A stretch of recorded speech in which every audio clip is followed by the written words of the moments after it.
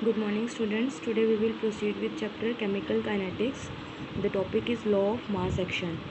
At a given temperature, the rate of chemical reaction is directly proportional to product of the molar concentration of the reactant. किसी भी given temperature के ऊपर किसी भी chemical reaction की जो product की फॉर्मेशन हो रही है वो डिपेंड करती है कि रिएक्टेंट की मोलर कंसंट्रेशन कितनी है, कितने मोल्स ऑफ रिएक्टेंट प्रेजेंट है।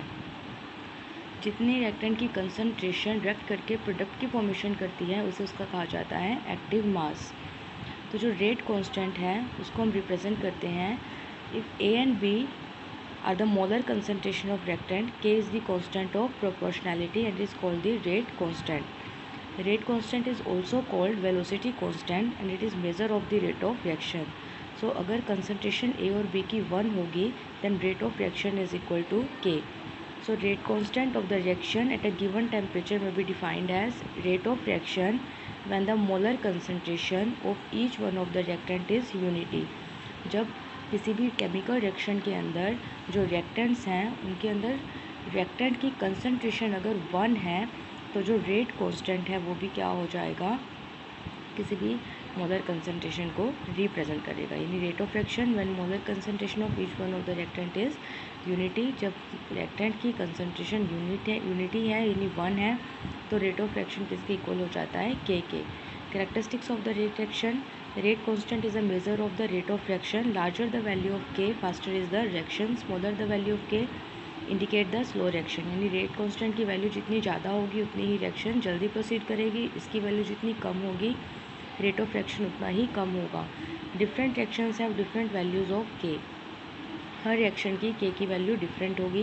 Eight the fix temperature the value of K is constant. It is characteristics of the reaction and the change with temperature. किसी भी फिक्स टेम्परेचर के ऊपर के की वैल्यू कॉन्स्टेंट ही रहेगी। यानी अगर हम 20 डिग्री सेल्सियस के ऊपर रिएक्शन को स्टडी कर रहे हैं तो के की वैल्यू कॉन्स्टेंट रहेगी, यही कैरेक्टरिस्टिक होगा उस रिएक्शन का। और जो अगर हम टेम्परेचर को चेंज कर देंगे तो रेट कांस्टेंट की वैल्यू भी चेंज हो जाएगी। For a particular reaction rate constant is independent of the concentration. किसी भी पर्टिकुलर रिएक्शन के लिए जो रेट कांस्टेंट है वो कंसंट्रेशन के ऊपर डिपेंड नहीं करेगा। Next is a very important difference, the difference between rate of reaction and reaction rate constant.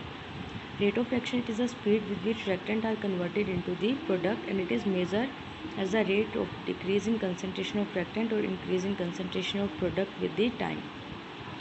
यानी रेट ऑफ रिएक्शन रिप्रेजेंट करेगा सिर्फ स्पीड को और रिएक्शन रेट कांस्टेंट रिप्रेजेंट करेगा जितनी मोलर कंसंट्रेशन हम लेकर चल रहे हैं, अगर उसकी वैल्यू आ रही है यूनिटी तो वो उसके इक्वल हो जाएगा रेट कांस्टेंट के। So it is the proportionality constant in the rate law and is defined as the rate of reaction when concentration of the reactant is unity। Rate of reaction depend upon the initial concentration of the reactant. Initial concentration के ऊपर depend करेगा, लेकिन जो reaction rate है वो initial concentration के ऊपर depend नहीं करता है।